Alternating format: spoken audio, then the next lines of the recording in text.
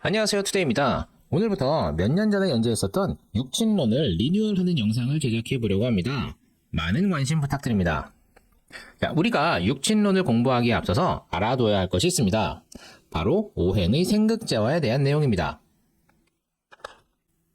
그림을 한번 보시죠. 최초에 음이 있고 이것이 양으로 나아가죠. 그리고 양에서 음으로 나아가고 다시 음으로 수렴하죠. 음은 수가 되고 양은 화, 음에서 양으로 나아가는 목, 양에서 음으로 나아가는 금. 이것을 인간이 느낄 수 있게 해주는 것이 토. 이것이 인간 입장에서 바라본 음양오행의 순환인데요. 여기에 이 생한다는 의미를 부여했어요. 생은 태어나게 하고 자라게 한다는 의미가 있어요. 수는 목을 생하고, 목은 화를 생하고, 화는 금을 생하고, 금은 수를 생한다. 그런데 이렇게 하면은 이 토가 빠지죠. 그래서 토를 화와 금 사이에 끼워 넣었어요. 그래서 이 목은 화를 생하고, 화는 토를 생하고, 토는 금을 생하고, 금은 수를 생하고, 수는 목을 생한다. 근데 이렇게 끼워 넣다 보니까 문제가 생겼어요. 자, 금은 수의 근원이죠. 수를 태어나게 하고 자라게 합니다.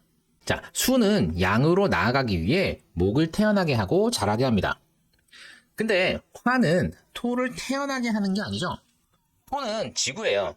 인간이 음양오행을 엿볼 수 있게 해주죠. 우주에 있는 태양은 가까이 가면 타서 없어지죠. 근데 지구에 있는 인간이 느끼는 태양은 계절에 따라 다르지만 태양이 없으면 살 수가 없죠. 네, 토는 이 다른 오행들을 다운그레이드 시켜서 인간이 살 수 있는 환경을 제공합니다. 그래서 화가 토를 만나면 토를 생하는 게 아니라 화의 빛을 가려요. 그래야 인간이 살 수 있으니까. 그리고 이 토가 금을 생하는 게 아니죠. 화에서 양기가 짙어지면 양기를 베어내기 위해 금이 태어나는데요. 문제는 이 토를 끼워넣다 보니까 토가 금을 생하는 것처럼 생각하시는 분들이 많은데 이때까지 공부하시면서 금이 토를 좋아하는 꼴을 못 봤죠? 금이 토를 만나면 생함을 받는 게 아니고 토에 묻혀버렸죠. 그래서 금의 날카로움과 빛남을 바래게 만들었어요. 근데 문제는 이렇게 이 토를 끼워 나온 다음에 이를 바탕으로 육친론을 만들었는데요.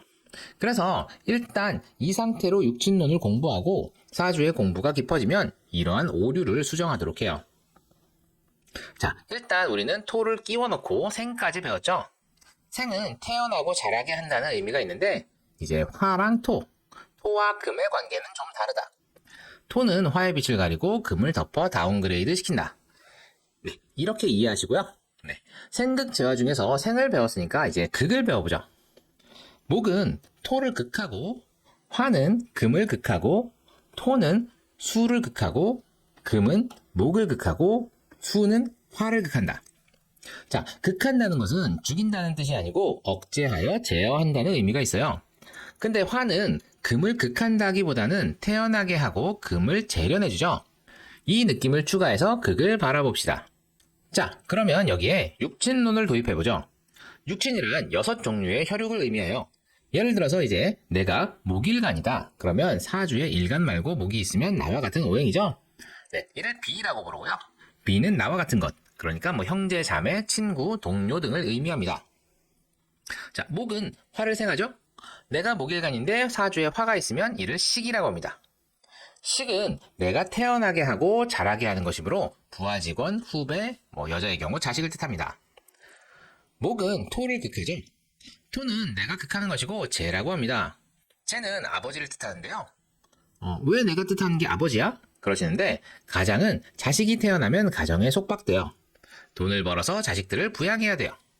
그리고 남자 입장에서는 아내를 의미해요. 다분히 봉건적이죠. 일단 사주는 이 봉건적인 시각에서 만들어진 거니까 이해하고 넘어가도록 합시다. 배운 다음에 이를 현대적인 시각에 맞춰서 풀이하는 겁니다. 때에 따라서 여자가 가장인 경우 재를 남편으로 보는 경우도 있고요. 다음은 금이죠. 금은 목을 극합니다. 나를 극하는 오행을 관이라고 합니다. 관은 남자 입장에서는 자식을 뜻하고요. 여자 입장에서는 남편을 뜻합니다. 이건 아까 재를 설명할 때를 생각하면 쉽게 이해되시죠? 그리고 수는 목을 생하죠. 나를 생하는 오행을 인이라고 합니다. 인은 어머니를 뜻해요. 여자에게 식이 자식이듯 인은 어머니입니다. 자, 그럼 정리를 해보죠. 비식재관인이라고 하는데요. 남녀를 구별해서 한번 써보도록 하겠습니다.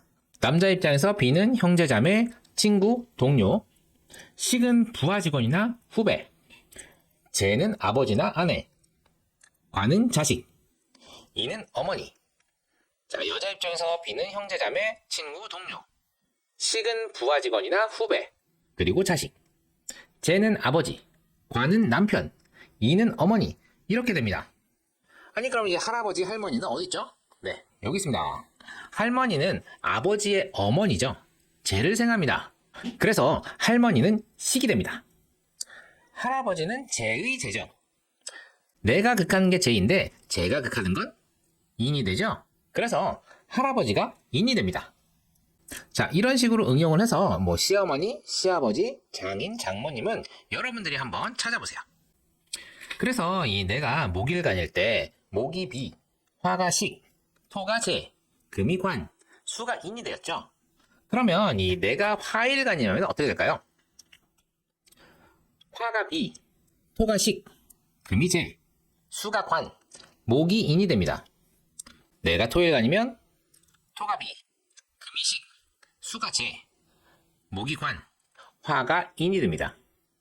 내가 금일 간이면 금이 비, 수가 식, 목이 재, 화가 관, 토가 인이 됩니다.